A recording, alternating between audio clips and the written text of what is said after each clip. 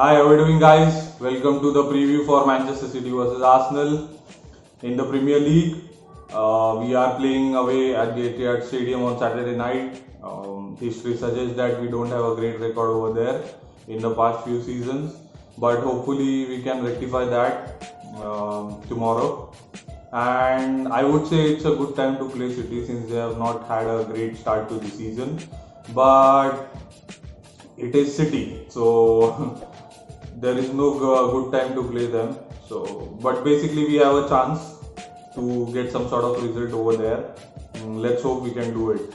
Now, in terms of the team news, we have one major player missing, who's Kieran Tierney. So Arsenal's appeal against his quarantine has been turned down, and he needs to stay in isolation for another 10 days.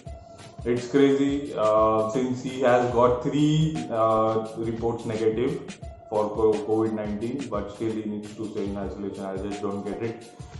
Okay, that being aside, let's move into the starting 11. I do think Mikel Arteta will go with the same formation which we always go, 3-4-3. Yeah, we have Thomas Partey coming into the midfield, but I don't think he will start. It's too soon for him. I was yesterday. I was having a chat with Kabir, and we were debating whether he should start, he should not start. So I am towards him not starting. Maybe he can be on the bench. He can come and influence the game later on in the second half or something. But Kabir was adamant that he should start since he's a big player. He has played in the Champions League before. He knows the big game. He has basically the big game mentality. But for me, the thing is that we have to. He's getting into a new team, and with Atletico Madrid, he used to play a very defensive kind of football. And here he needs to understand what he's doing since he didn't have much time to train with the lads. So yeah, let's see how. Let him see for at least the first half how Mikel Arteta does it in training and how we implement it in an actual match.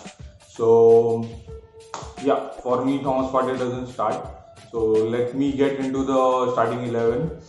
We'll play a 3-4-3 formation, and in goal we'll have Bernd Leno. What can I say? He is our number one goalkeeper, and right now he is undroppable. So maybe we can see Runarsson in when the Europa League starts, but not now. So Bernd Leno goes into the goalkeeping position.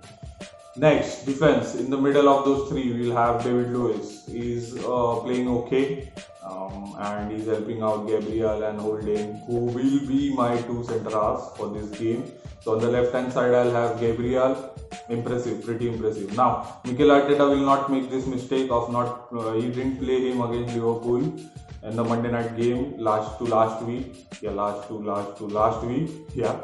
So he will basically play Gabriel on the left of those three and Rob Holding on the right. Rob needs to have a great game, and yeah, Mikel Arteta has faith in him a lot, so he needs to live up to that faith.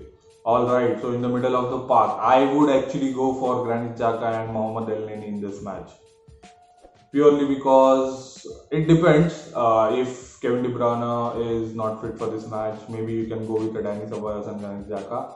But Elneny has done nothing wrong to get dropped to the bench. But yeah, for me it will be Xhaka and Elneny. Let's see what Mikel Arteta goes with. On the left hand side, I will go with Ainsley Maitland-Niles. Now, purely because Kieran Tierney is not available for this match, I don't trust Kolasinac at all. And we have Saka in that position, but Saka is not that great defensively. So Ainsley is the perfect balance in between attack and defense. So Ainsley goes on the left hand side for me. Bellerin goes on the right. Now, Ian Wright was interviewed, and he mentioned that Bellerin was playing some of his best football under Mikel Arteta. I slightly disagree with Mr. Wrighty.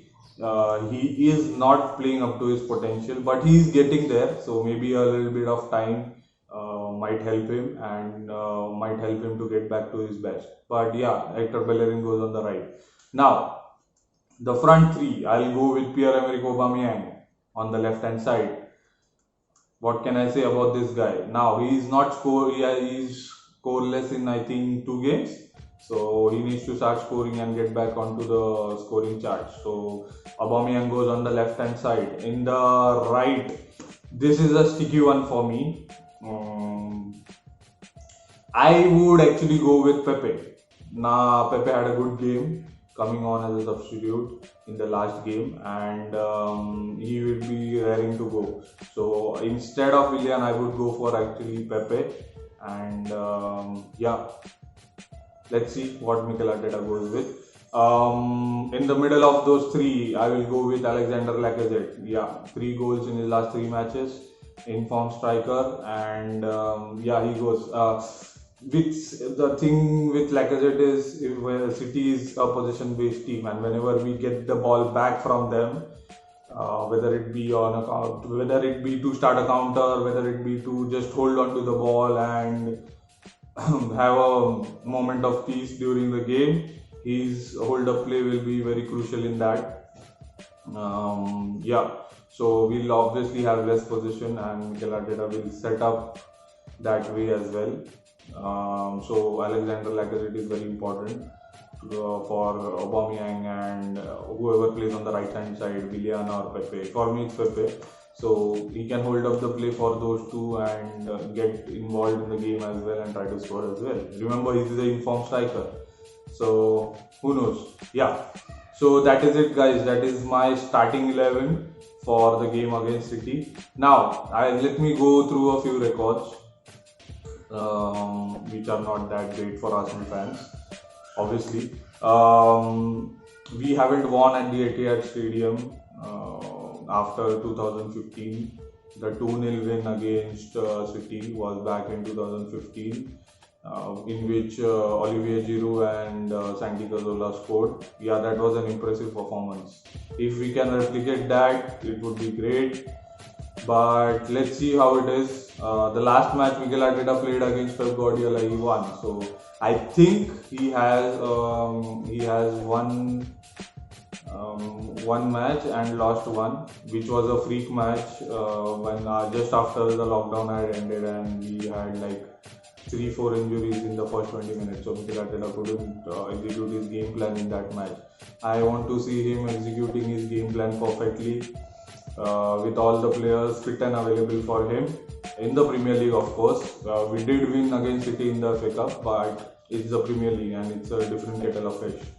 So that is it, guys. That is my preview, and I would like to predict the game. My heart says Arsenal will win 2-1. Obviously, we can't keep a clean sheet and we can't stop City scoring at their home.